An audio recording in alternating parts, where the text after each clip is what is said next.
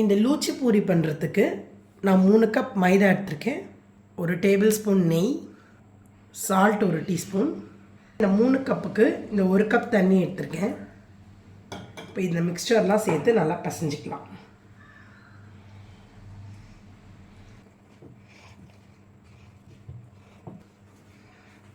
எண்ணெய் 1 teaspoon சேர்த்துன்ருக்கேன்.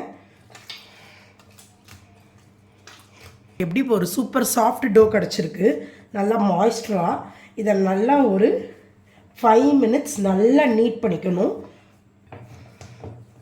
So இதான் tricks நம்மளோட லூச்சி பூரி நல்லா பஃபியாக வர்றதுக்கு. நம்ம லூச்சி பூரியோட டோ ரெடி ஆயாச்சு. ஒரு 1/2 டீஸ்பூன் எண்ணெய் மட்டும் விட்டுக்கலாம் நம்ம க்ரீஸ் பண்ணுறதுக்காக.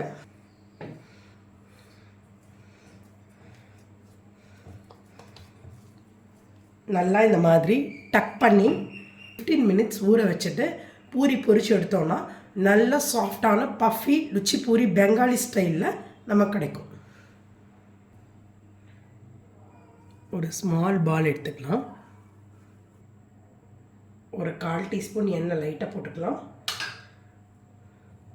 2 பக்கமும் திருப்பி கொடுத்துட்டு யூஸ்வல் பூரிக்கு எப்படி நம்ம கொஞ்சம் திக்காகிடுவோம் இல்லையா, அந்த மாதிரி இதை எடுத்துக்கலாம். இந்த மாவை தொட்டு எடுத்தோம்னா அது நமக்கு பர்ஃபெக்டான சாஃப்ட் அண்ட் ஃப்ளஃபி பூரியாக வராது. இந்த மாதிரி கொஞ்சம் திக்கான பூரியாக எடுத்துக்கோங்க.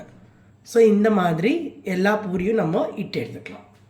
இப்போது எண்ணெய் நல்லா சூடாக எடுத்து டீப் ஃப்ரை பண்ணுறதுக்கு இட்டு வச்சுருக்கிற பூரியை சேர்த்துக்கலாம். எப்போவுமே பூரி பண்ணும்போது நம்ம ஃப்ளேமை சிம்மில் வைக்க வேண்டாம், ஏன்னா ஹீட் கம்மியாகி நமக்கு பூரி நல்லா பஃபியாக வராது. இப்படி நல்லா எண்ணெயை ஸ்ப்ளாஷ் பண்ணி விட்டுக்கோங்க. ஃபுல் பூரியும் உப்பி இருக்குது.